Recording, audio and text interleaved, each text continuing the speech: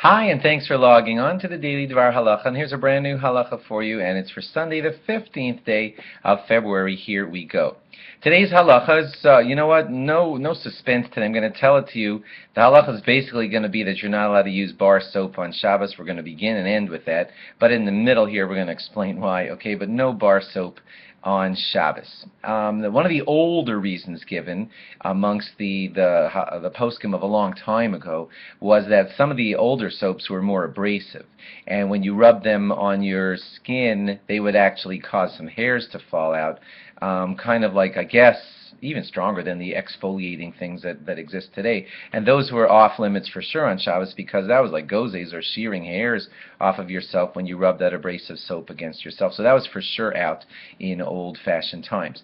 Now that basically does not apply to most of our soaps today. Our bar soaps today are generally not so abrasive, and pulling out hair is not really the issue. Some poskim would consider it an issue of, like, when you're not allowed to crush ice on Shabbos in order to turn it into water. So they would say it's similar here. You're not crushing the bar of soap, but you're molded. You're making something new out of this. It was a bar of soap, and now it's a whole bunch of rich lather in your hand, and they considered it a molded type of issue, creating something new on Shabbos, which you're not allowed to do. If you put ice in a bowl and the ice melts down, okay, you weren't guilty of molded, but crushing ice would be, and maybe rubbing a bar of soap causing that lather to come up out of it could be considered molded by some rabbis.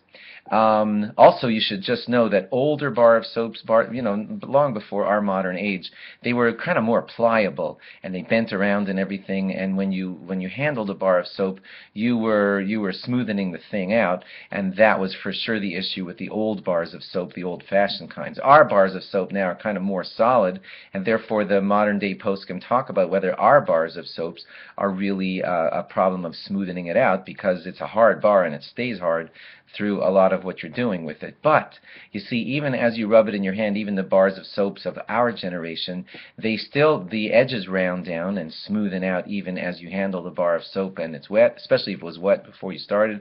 Then smoothing out still happens even with our bars of soaps today, even though the whole bar doesn't smoothen out. But the edges become rounded down more and more as you work through the bar of soap, and that could be one of the reasons today that everyone says to still not use a bar of soap.